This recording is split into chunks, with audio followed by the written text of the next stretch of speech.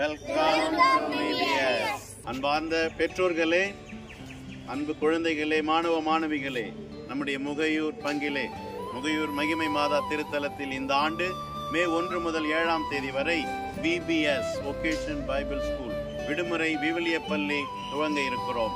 திருவெளிப்பாடு 1:3 வாசிப்பது போல இறை வார்த்தையை படிப்போரும் கேட்போரும் அதை கடைபிடிப்போரும் பேறு பெற்றோர்.